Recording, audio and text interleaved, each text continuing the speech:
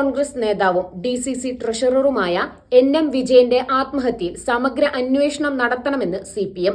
Sultan Bathery urban ബാങ്കുമായി ബന്ധപ്പെട്ട് നടന്ന നിയമന തട്ടിപ്പിലെ രക്തസാക്ഷിയാണ് NM വിജയൻ എന്ന് Sultan Bathery area secretary PR Jayaprakash ആരോപിച്ചു.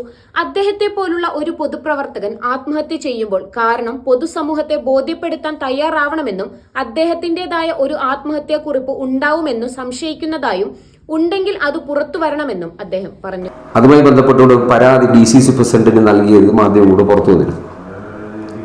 ആ പരാതിയിൽ സക്കറിയ മണ്ണിൽ പറഞ്ഞത് അർബൻ ബാങ്കിലെ ഒരാൾക്ക് ജോലി നൽകാൻ വേണ്ടി 15 ലക്ഷം രൂപ വാങ്ങിച്ചു വന്നു.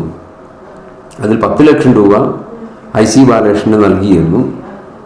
എന്നാൽ പിന്നീട് ജോലിയും നൽകിയില്ല, പണവും കിട്ടിയില്ല. അന്വേഷണ കമ്മീഷൻ മുമ്പാകെ പരാതി കൊടുത്തപ്പോൾ